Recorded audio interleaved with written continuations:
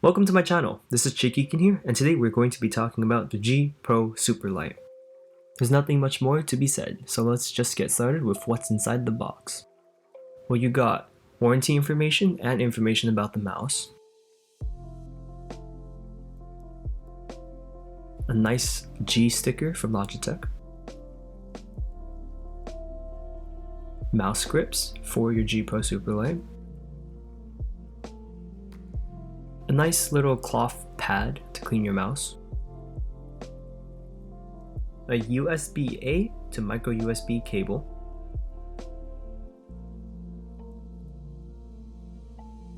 two pucks, one PTFE and one just standard plastic, a wireless receiver and wireless dongle extender,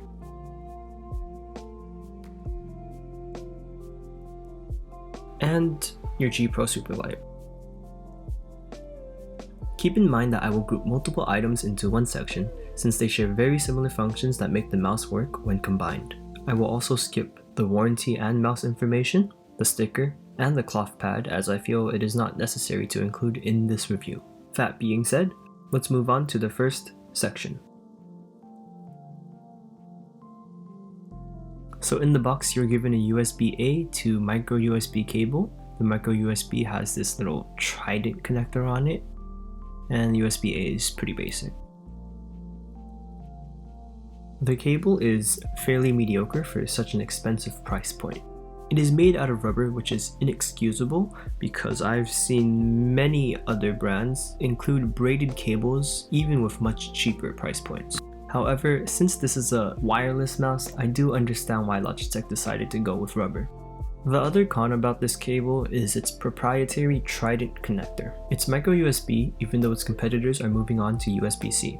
The wireless receiver and dongle extender are what you would expect. There's nothing much to be said about it, so I will leave it out of this rating. However, the one thing to note is that the response time on this dongle is extremely fast, and as a casual gamer, I do not notice it at all. So a quick rundown of this section. Although this cable works as intended, it merely does its job. It doesn't do anything more, nothing less. I would not recommend using this mouse wired, as this cable is only meant to extend your dongle receiver and charge your mouse from time to time. Because of the scarcity of pros and the abundance of cons, I would have to give this a 5 out of 10. Now, let's move on to the next section. In this section, I will talk about the mouse, the two pucks, and the mouse grips. Disclaimer before we get started. I have replaced the mouse feet, however, when I do mention mouse feet in my review, I will be talking about the stock feet that come with this mouse. The G Pro Superlight has a middle hump, with its weight being advertised at 60 grams. It is 12.5 centimeters long, 3.9 centimeters high, and 5.9 centimeters at its widest point. Underneath the mouse, we see 3 PTFE pads, one at the top, one in the middle around the sensor, and one at the bottom. It also features an on and off switch.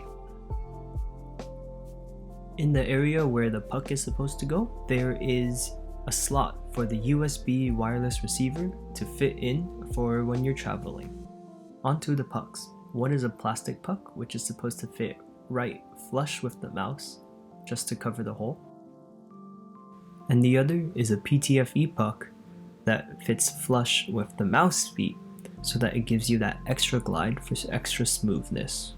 There is one more puck that can fit in this mouse, however it is not included, but it comes from the Logitech Lightspeed mousepad. The stock mouse feet have an extremely low liftoff distance, and after I switched to the Tiger Ice, it just seems to be much better.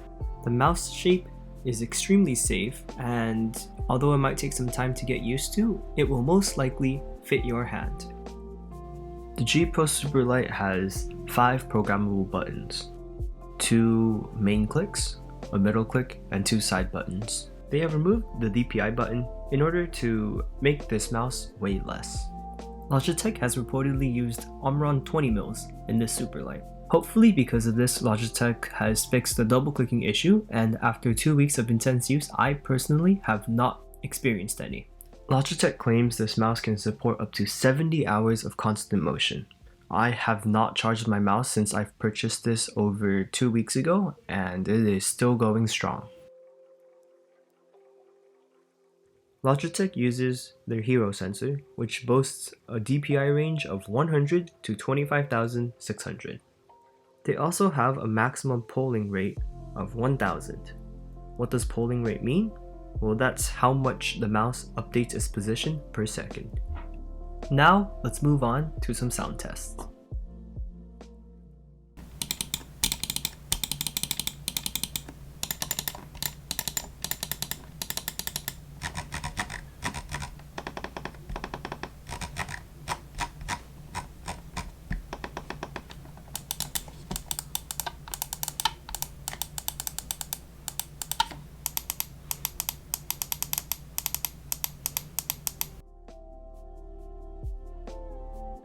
The final part for this section is the mouse grips. Mouse grips are stickers that you put on the mouse in order to give you more grip. Pretty self-explanatory. Logitech has included their own mouse grips with the mouse. I tried this on, and even before I could finish one day of use with them, I took them right off. The mouse grips have this sticky feeling to them, as if I was using double-sided tape. It doesn't feel good for me, so personally I would rather use this without the included grips. So to wrap up this section, there are a few things I want to talk about. First, the pros. This mouse is designed for FPS players, so 5 programmable buttons, even though you will only most likely change your side buttons, is more than enough. 60 grams is extremely light, and it is very easy to control this mouse for any type of mouse grip that you would have. Again, I have purchased this mouse over 2 weeks ago, and as of now, I have still not had to charge my mouse, so battery life will not be an issue. There are many more pros, but I believe that these are the most important ones. Now, onto the cons. These are extremely nitpicky, as I have not found a valid reason to actually not like this mouse.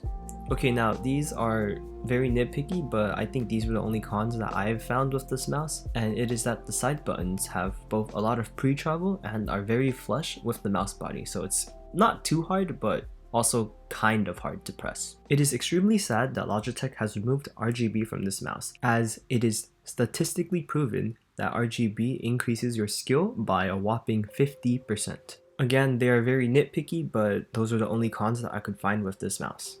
Since Logitech has decided to remove RGB, I think this mouse is a 1 out of 10. Okay, I'm just kidding.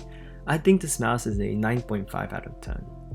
There are a few things that they could have improved on, but overall it did not affect the performance of the mouse, and therefore I think 9.5 out of 10 is a reasonable rating for this mouse. So to wrap up this video, although the cable is not that good, the mouse is more than good enough, and on top of that, you will not be using the cable since this is wireless. This mouse does fall on the high end of the mouse spectrum, so because of that, I think only people who are serious about playing competitive video games should get this. Other than that, this is an extremely good endgame mouse, and if you have the budget, you should definitely try this. Anyways, that's all for this video. Please like and sub. Chikiken out.